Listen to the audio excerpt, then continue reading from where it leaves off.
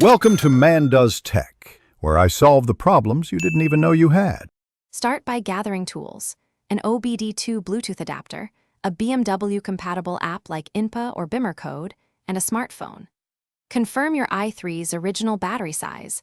Early packs are 22 kWh and later models are 33 kWh.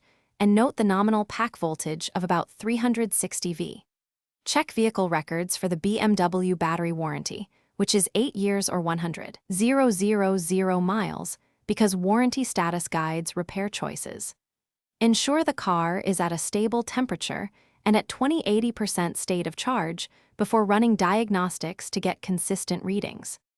Connect the OBD2 adapter and open the BMW app to read state of health, so usable capacity in kWh, pack voltage, and module voltages. A practical threshold is SOH above 70%. Below that you will see significant range loss.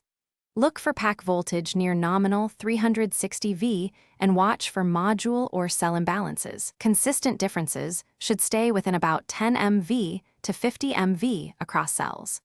Compare reported usable kWh with the original 22 kWh or 33 kWh to estimate remaining real-world range. Interpret your readings to decide next steps. If SOH is above 80% and module voltages are balanced, continue routine monitoring and follow charging best practices.